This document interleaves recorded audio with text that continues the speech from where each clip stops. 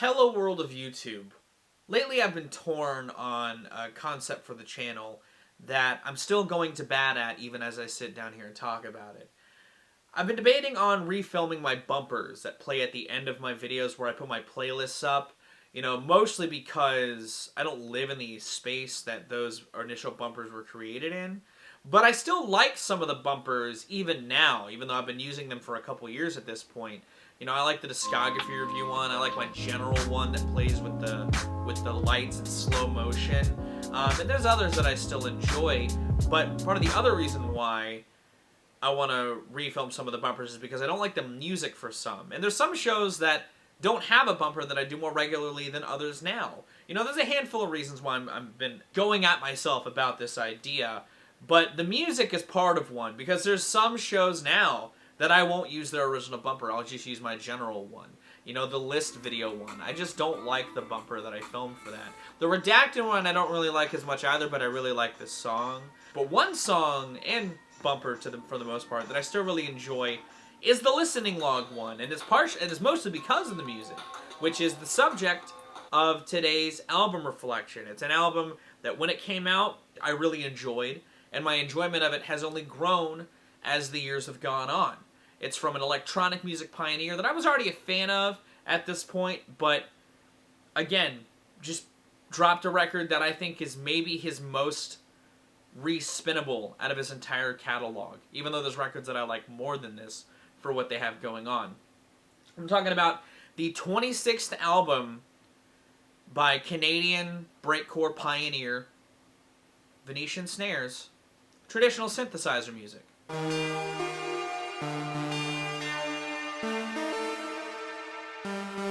And like I said, while it may not be my favorite album in his catalog, I think it's the one I've probably listened to the most at this point, because I enjoy what this bare bones traditional synthesizer atmosphere did at showing off Aaron Funk's ability to create a beautiful arrangement in a synthetic way, with some great leads, some great sonic motifs throughout the project, some incredible jittery percussion work in a cold, spacious atmosphere. I feel like this album is just beautiful just in general. Like the sonic palette of this album, as a fan of synth music, it just really warms my heart to hear. And again, I think Aaron harnesses it very, very well. This album was also released in the perfect time in February of 2016, because that spacious traditional atmosphere is so very cold and isolating that Aaron creates this perfect sonic backdrop for that cold, vacant air. When this album came out, I was still doing the written listening log strictly at that point on Rate Your Music, and it's an album that ended up high on my Of the Year list of 2016, and was easily the biggest gem, I think, that I found that year, because again, this was, Venetian Snares' 26th record. So he had already had a gigantic catalog at this point that was full of some classics and some really fun, bombastic drill and bass, breakcore infused sounds. Aaron just knows how to make a cacophonous or jittery atmosphere work really well, and the juxtaposition of that erraticness in this open air doesn't lose any of the intensity that you think it might, because there's enough room for the listener to breathe. Tracks like Decembers and Can't Vote for Yourself and Goose and Gary, once the entire song sort of sits in front of you, every component is out there flashing in its own way, sonically in your ears, it still has this overbearing touch, but you get to settle in the groove a little better and keep your footing in place. I just think that it's a really charming and endearing record that I think brings a good experience for fans of electronic music. The opener Dreamt Persons increasing in speed amidst these lush synthetic arpeggios is incredible. The synth leads on Everything About You is Special, Decembers, and You and Shayna, and Health Card 10 are fantastic. And one of the things I like about those melodically driven songs is that on each of them, Aaron introduces you to the sort of hook of the song, the melodic hook that's supposed to get you reeled in, before cementing you inside of his percussive onslaught with creeping noise underneath that. I think it's a great touch that further cements this as a respinnable experience, and it's one of those motifs that I talked about really, really enjoying. You know, some people have said that this album kind of sounds samey because of those chord progressions and just the overall sonic palette being so bare bones, but I feel like it creates this almost unified experience in a way that I don't feel like Venetian Snares records always have. And that's another one of the reasons why I feel like this album is so very respinnable, is because those melodies you can latch onto a lot better and get washed around in, you know what I mean? You know, there's even points like on She Married a Chess Computer in the end and Paganism Ratchets, the closer, that feel like Venetian Snares himself breaking from that minimalism in an even more intense fashion with the more abrasive synth tones on Chess Computer, or the overall sonic assault that coats Paganism Ratchets that feels like he's fully immersing himself into this atmosphere in every aspect as far as creating the most Venetian Snares experience at points. It's also just as beautiful in a noisy kind of way.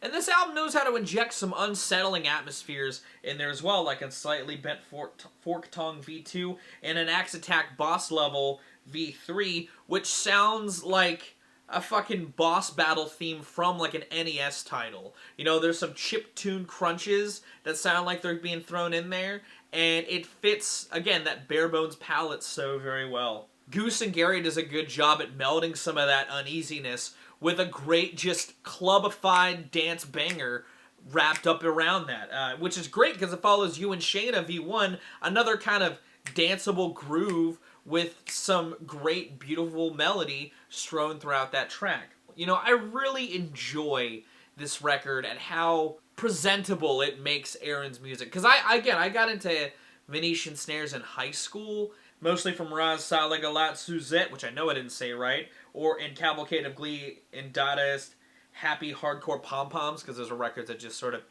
got rotation when I was in high school. But traditional synthesizer music just, again, hit me in a way that I feel like is worth remembering. You know, and I equated a lot of the overall sonic palette to early PlayStation menu music. Like, I could see this easily being the backbeat to like a Wipeout style game. And again, that sort of synth sounds are a big reason why, and what Aaron does with them ties it more to that lane as well. But even in the track title, like the track listing, I enjoy how it just feels like you stole these songs off of a computer from like 1998 with like Dreamt Person V3, you know, with Can't Vote for Yourself V1, Annex Attack Boss Level 19 V3. Like, a lot of those sounds, a lot of the songs have titles that just lend themselves to that aesthetic even more so. That's just, again, another touch that I feel like is fantastic. You know, and I feel like when this record came out, it got some exposure here and there, I feel like, on the blogosphere, but I didn't see a whole lot of people talk about it in the way that I feel like they should, because this record's got some really cool sonic ideas, and just the overall gimmick of traditional synthesizers and a traditional synthesized approach, again, worked really well for Venetian Snares here, and I think that it's a record that should be revisited by those that may have slept on it when it came out. You know, if you're a fan of synthesizer music, or if you're a fan of IDM and jittery, you know, electronic sounds, I would spin traditional synthesizer music. It's a great record that I feel like is worth anybody's time if they like this sort of thing. And again, that's why I wanted to sit down and talk about it today. You know, again, when you're sitting out there in the cold months to come and you want some good, just cold, danceable grooves, throw on this record. The other weird thing about this record post its release is that while Aaron's continued to, you know, just dive into synthesized sounds all over the place, and after this album, he dropped 2 records in 2018, She Began to Cry Tears Of, and his crossover with Daniel Lanois, both of which I covered on the channel in the video listening log proper. He hasn't done anything else with this synthesized atmosphere, and it's kind of unfortunate because while, again, Venetian Snares is no stranger to experimentation throughout his entire prolific catalog. I would love to see him revisit this soundscape again and see what he can do in a similar vein to what Nicholas Jarre did with the Against All Logic, idea that he decided to tackle for 2 records. I'd love to see a follow-up to traditional synthesizer music because I think, again, Aaron does justice at creating some cool ideas within this traditional atmosphere.